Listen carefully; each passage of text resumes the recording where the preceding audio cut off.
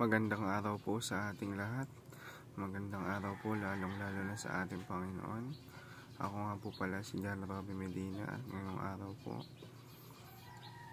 ay samahan ninyo akong pag-aralan at unawain ng mga salita ng ating Panginoon. Pero bago po tayo magsimula, nais ko lamang po kayong welcome sa ating ginagawang devotion. Naway ang mga natututunan at napagbubulay-bulayan natin mga salita ng Panginoon ay nai-apply natin sa ating buhay. At ngayong araw po, November 4, 2024, araw ng Lunes, ang title po ng ating devotion ay See Through the Eyes of Faith at ang ating versikulong ating pag-aaralan ay mula sa 2 Kings chapter 6 verse 15 to 17. Sinasabi rito, kinabukasan, gumising ng maaga ang katulong ni Eliseo.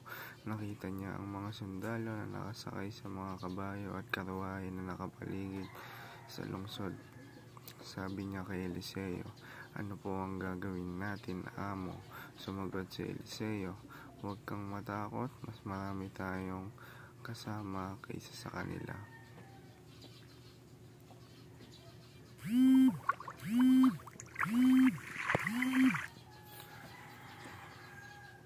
Nanalangin si Eliseo, Panginoon, buksan po ninyo ang mga mata ng katulong ko para makakita sila. Binuksan ng Panginoon ang mga mata ng katulong at nakita niya na ang puno ng mga kabayo at karuwahe niya po ay ang kaburulan sa paligid ni Eliseo. Mapunta naman po tayo sa katuruan ngayong araw. Unang-una po, life is full of uncertainties. Yung buhay natin, hindi yan diretsong daan, kundi lubak-lubak.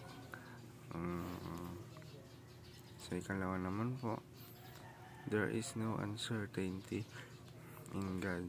Kumbaga sa Panginoon, walang uncertainty o lubak na daan. Sa ikatlo naman po, we see with the eyes of faith. At para naman po sa ating application, unang-una, see through the eyes of faith. Fear no one when God is in your side. Sabi nga sa verse, when God is with you, no one against you. At sa huling application, navigate the unknown with complete trust. Magtiwala lang tayo sa ating Panginoon na malalagpasan natin mga problemang ating kinakarap.